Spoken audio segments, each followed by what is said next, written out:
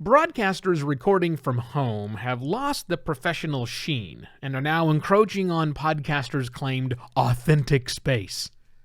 Since we mastered at-home production years ago, does this make podcasters the new professionals?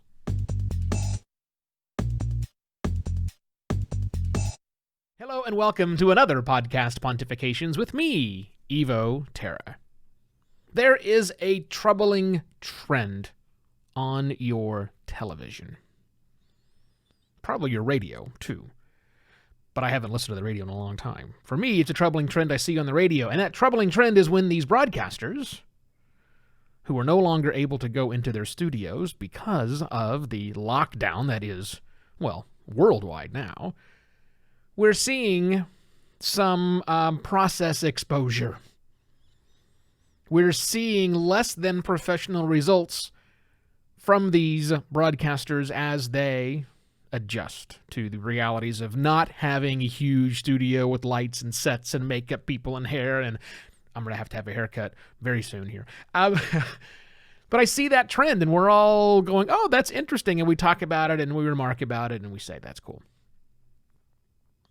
You know, it used to be that it was podcasters that had a little less spit and polish, that had a little rough around the edges approach to the content that they made, and many podcasters celebrated that fact. Rather than try to get rid of it, they embraced it. They said, hey, we're not what the other guys, the professionals, the broadcasters are. We're going to let this authenticity train run as long as we can. A little later than that, in the last few years, I've noticed a trend where big organizations, and I'll call two of them out. We'll talk about the New York Times as well as Vox Media. These larger publications have made a good and strong and wonderful pivot, I think, to podcasting. But they have brought in, and I think artificially include, some rough edges to it. Artificially include might be too strong. They could have edited those out. And what I mean by that is it's hard to imagine listening to an episode of The Daily by the New York Times, or I listened to Today Explained from Vox, where they don't let the phone call ring happen. Or they don't have some quasi-humorous false start. They've even incorporated it into their advertising. And they do this because they want to bring an air of authenticity to it, one. So now that we've got broadcasters also just realizing they can't fake the fact that they're from home, so why not embrace it? We're seeing a lot of that happening as well. So as I said earlier, that means that broadcasters are now encroaching into the authenticity space, the authentic space that we podcasters have claimed for the longest time. And I am torn when it comes to this conversation. I've seen some of the forums, the podcasting forums out there, as people have also noticed this trend. And it's usually one of two things they say. One is that, oh man, we've got this figured out. Why can't those big people do the same thing we are? Why can't they make their audio sound good, or even their video look good? Different thing altogether. Why can't they do that? We can do that. They should do that. That's saying number one. Saying number two is, maybe we've been too polished. Maybe we've been too produced, and maybe we need to expose some of the process back to our audience again. Maybe that's what makes a good podcast, is showing all of those rough edges. I'm going to dismantle both of those arguments. The first is the latter. Why? No, that's... Seriously? The rough edges are what somebody come for? Look, I get it.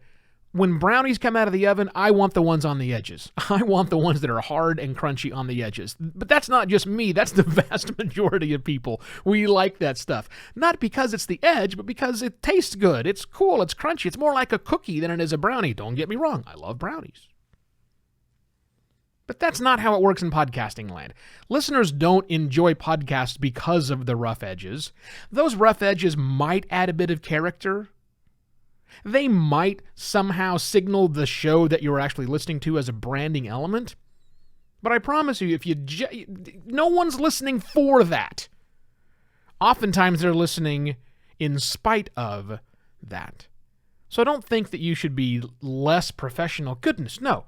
No one ever stopped listening to a show because it sounded too good. But people stopped listening to shows that aren't great quality all the time because they're too rough and too tumble. Second argument is that these broadcasters are doing it, because they don't know any better. And they'll eventually get better. I don't think they will. I mean, really honestly, I do not think that the broadcast television people that you watch, who are doing it from their homes rough and tumble, they do that not because they have to. They're doing that on purpose. They're doing that on purpose because they want to showcase what they're doing not in their big studios. They want to showcase the fact that they are not in their normal place because they don't want you to feel like this is the way they're going to do things from now on. They have a vested interest in showcasing that what they're doing is not normal because it's novel. It gives you a reason to keep listening, keep watching, because it is that novel piece. Everything is different right now, and they're embracing that differentness. They have no interest in trying to make professional studios at home. Listen, broadcasters haven't ceded us anything. They're not jumping, nor they're encroaching into our territory. They are just dealing with this. And none of them want to do it from home. Every single one of them, practically speaking, wants to get back into their studios. They don't want to keep doing this. They want to get back there with the professional makeup and lighting and sound people. They don't want to do the hard work that you, the working podcasters, do every day. So when you see them on screen looking dorky and goofy with bad audio and whatever, understand that for a lot of them, it's a choice.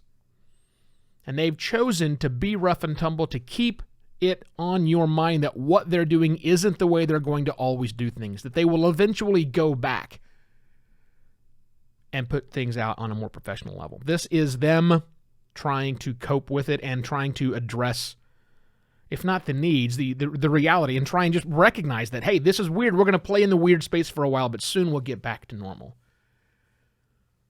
Of course, I don't think we're ever going to get back to normal. And more importantly, I don't know that what's a podcaster to do.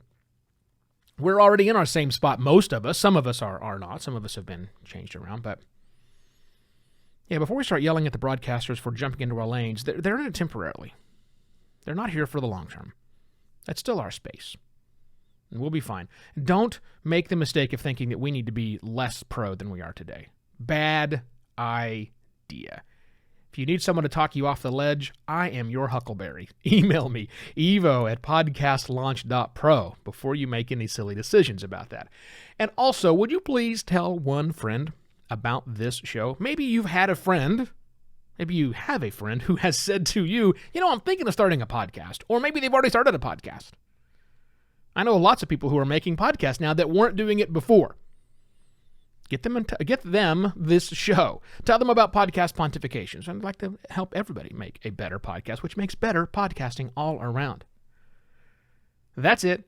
Enjoy the rest of your day. I shall be back tomorrow with yet another podcast pontifications. Cheers.